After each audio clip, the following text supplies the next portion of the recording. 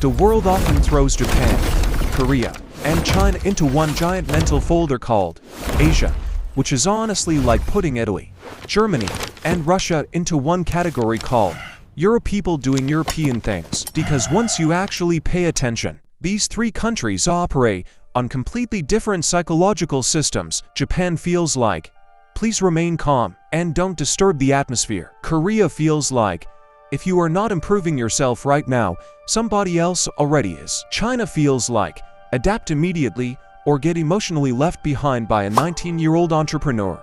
And the funniest part?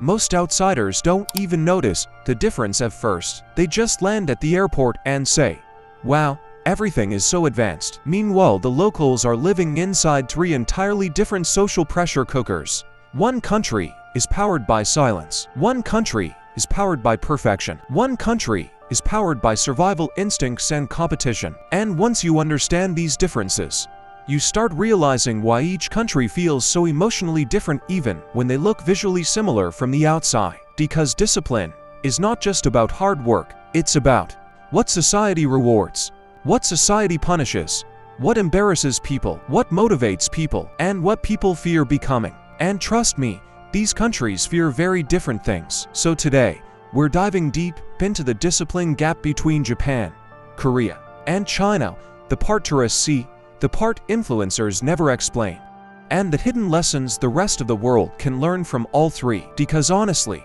some countries don't just train behavior, they train entire nervous systems. Section 1. Japan. Discipline through silence. Japan is the only place on earth where a train full of people can feel quieter than a library during final exams. You enter the subway expecting conversation, chaos, someone yelling into their phone. Instead, silence. Not angry silence, not awkward silence. Disciplined silence. The kind of silence that makes you suddenly aware of your own breathing. You cough once and immediately feel like you interrupted a sacred ceremony. Because Japanese discipline is built around one powerful social rule. Do not inconvenience other people. That's it. That's the operating system. And once you understand that, Japanese behavior suddenly makes perfect sense. Why do people line up so neatly? Because disorder affects others. Why are public spaces so clean? Because making a mess creates inconvenience. Why are trains so quiet? Because your personal nose should not invade somebody else's peace. Japan weaponized consideration, and honestly, it works terrifyingly well. In many countries, rules exist because people expect punishment. In Japan, rules exist because people fear social shame. That changes everything. Nobody has to scream, behave yourself. Society already downloaded the software into everybody's brain during childhood. That's why the Japanese discipline feels so smooth and invisible. Nobody is trying to look disciplined. They just naturally move in synchronized social harmony, like emotionally organized penguins. Even school children clean classrooms themselves. Imagine introducing that idea in some countries. Students would immediately organize a rebellion by lunchtime. But in Japan, cleaning shared spaces teaches responsibility and humility early. And that creates adults who naturally maintain public order. Now, of course, this system has beautiful strengths. Japanese cities feel calm, safe, respectful, predictable. But there's another side people rarely discuss. Extreme harmony can create emotional pressure, because when everybody is expected to fit socially, standing out becomes stressful. That's why many Japanese people become experts at emotional restraint.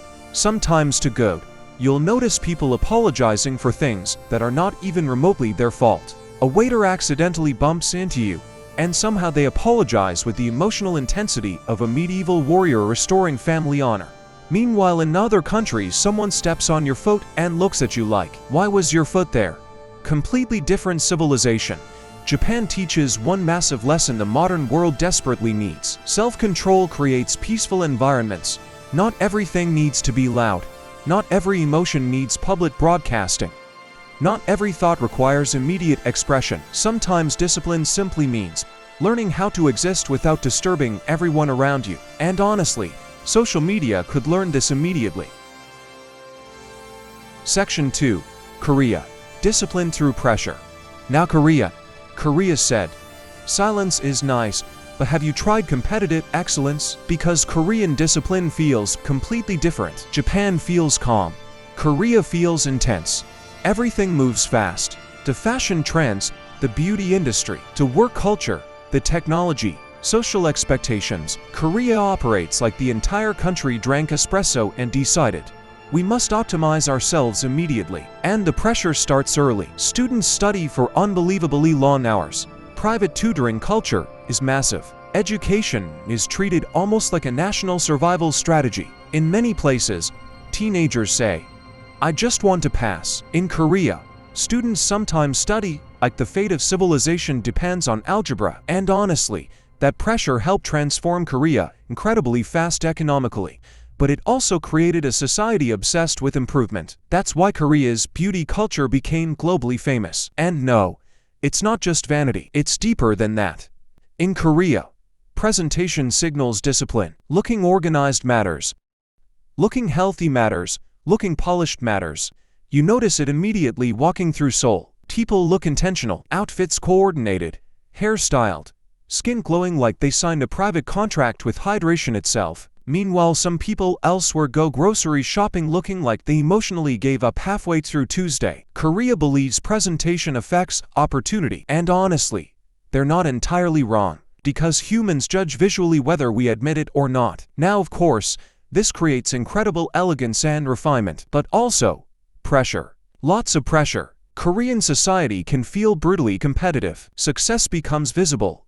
Beauty becomes visible.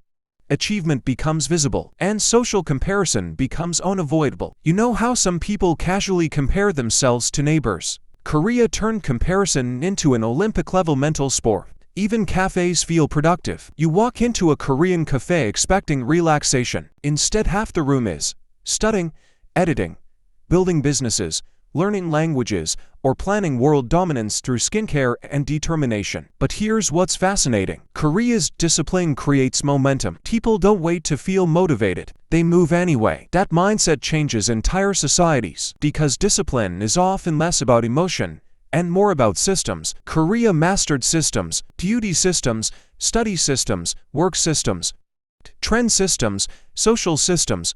Everything feels intentional, and the world noticed. Korean music exploded globally. Korean beauty exploded globally. Korean fashion exploded globally, because disciplined refinement becomes exportable. Now obviously, there's a dark side. Burnout, exhaustion, perfection pressure. Some people feel trapped inside endless self-improvement cycles, like society keeps whispering, you could still be better. But despite the pressure, Korea teaches something incredibly valuable. Consistency creates transformation, not motivation, not talent, not random inspiration. Consistency, tiny disciplined habits, repeated daily, can literally change how an entire country is perceived globally within one generation. That's insane. Section 3. China. Discipline through survival and adaptability. Now China enters the conversation like, that's cute, but can your system survive massive competition? Because China's discipline comes from a completely different historical and social reality. Scale.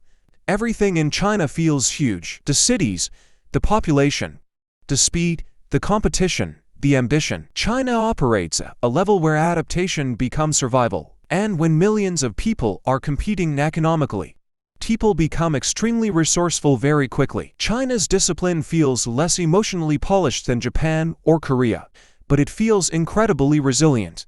That's the key difference. Japan focuses on harmony. Korea focuses on refinement. China focuses on opportunity. You see it everywhere. Business culture, technology, manufacturing, entrepreneurship. Chinese society moves fast when opportunities appear. Sometimes so fast the rest of the world is still discussing possibilities, while China already built 5 factories and launched an app before breakfast.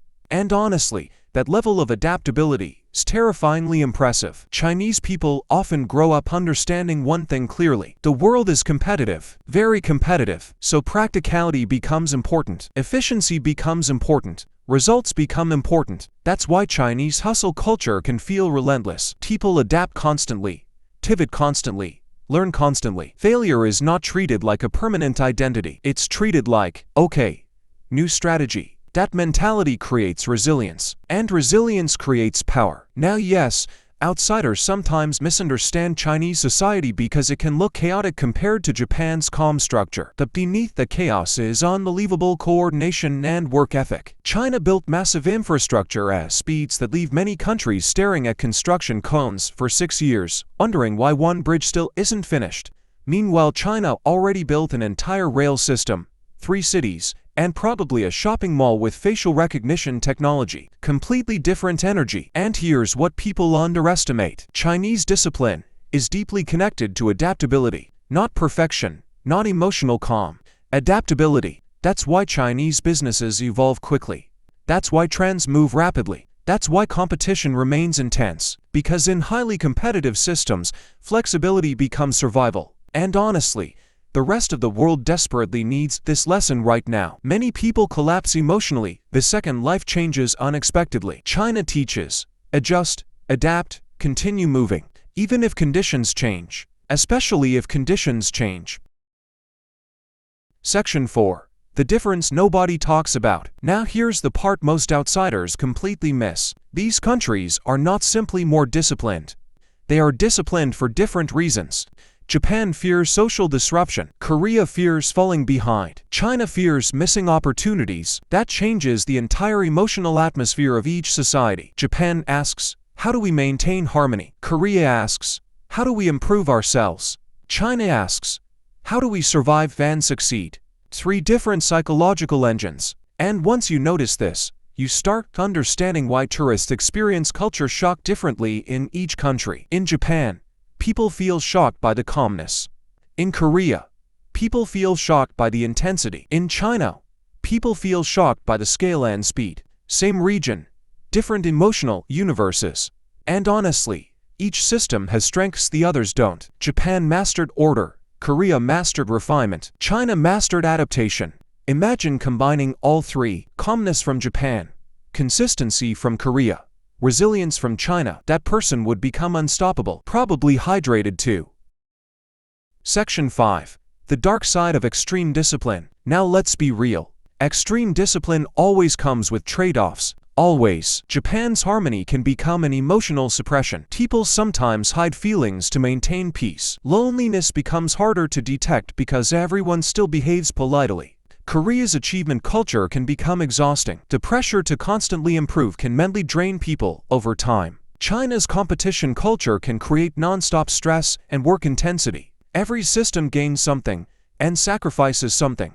That's important to understand because many outsiders romanticize disciplined societies without understanding the pressure underneath them. A perfectly clean subway is impressive, but the psychology of maintaining that order can also become emotionally demanding. Discipline creates beauty, but excessive pressure creates fatigue. The goal is balance, not becoming a productivity robot who drinks iced coffee while emotionally buffering like a slow internet connection.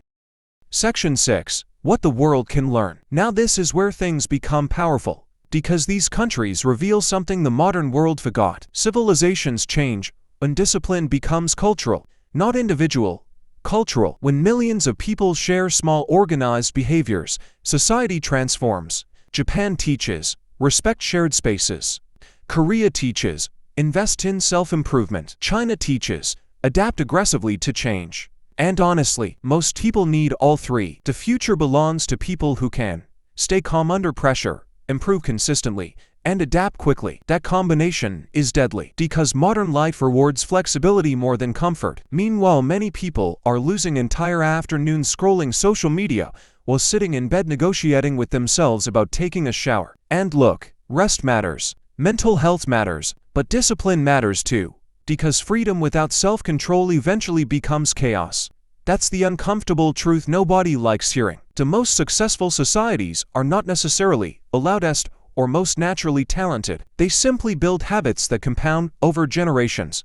That's how countries transform. Quietly, slowly, daily, one behavior at a time. Conclusion. The real discipline gap. At the end of the day, the real discipline gap is not between Japan, Korea, and China. It's between people who control themselves and people controlled by distraction. Because discipline is not punishment. It's a structure. It's an identity. It's the ability to do what matters even when emotions fluctuate. Japan mastered social order. Korea mastered relentless improvement. China mastered adaptation under pressure. Different systems, different strengths, different costs. But all three prove one thing clearly. Human behavior shapes civilizations, not motivation, not speeches, not temporary inspiration. Daily behavior, repeated consistently over time. And maybe that's why these countries fascinate the world so much. Because beneath the technology, beneath the fashion, beneath the aesthetics, people sense something deeper. A society built intentionally, and in a world increasingly addicted to distraction, noise, and chaos. The discipline itself starts looking almost luxurious.